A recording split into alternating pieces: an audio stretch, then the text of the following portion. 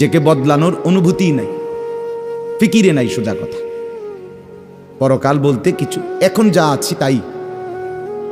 এখন সুখে থাকলে সুখী দুনিয়া, এখন দুঃখে থাকলে দুঃখী। জিফুত যদি ঠিকমতো খানা খাদ্য খাওয়ায় খুশি, ঠিকমতো খানা খাদ্য নাই দুঃখী। মানে দুনিয়া পেলে খুশি, দুনিয়া না পেলে দুঃখী।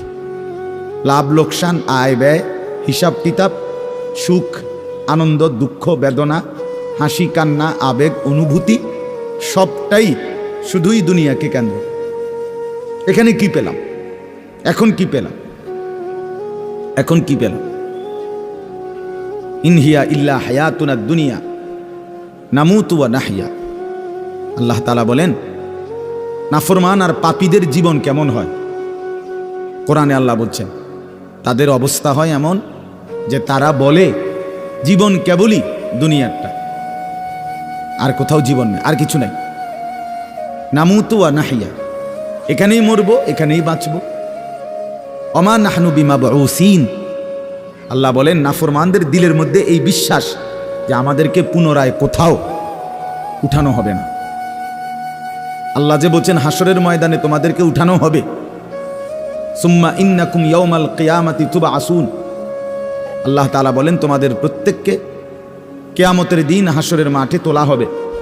আল্লাহ বলেন বেঈমানের দিলে এটা থাকে না। তার কথা হলো প্রাপ্তি অপ্রাপ্তি, লাভ লোকসান, ভালো মন্দ, হাসি আনন্দ, দুনিয়া। ছেলে বিদেশ থেকে টাকা পাঠাইতেছে, খুশি।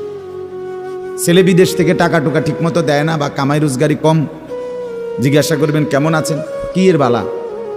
আমরা আর বালা কি? হ্যাঁ, কি সমস্যা কি তা চাচা?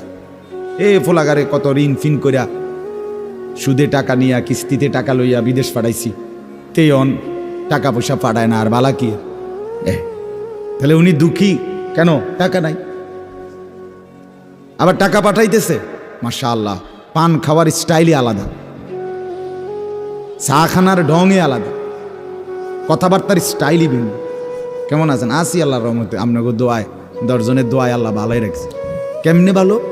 এতে আল্লাহর রহমতে টাকা পাঠায়, আমরা তার মা আমি আমরা মিল্লা খাইয়া পইরা ভালো আছি।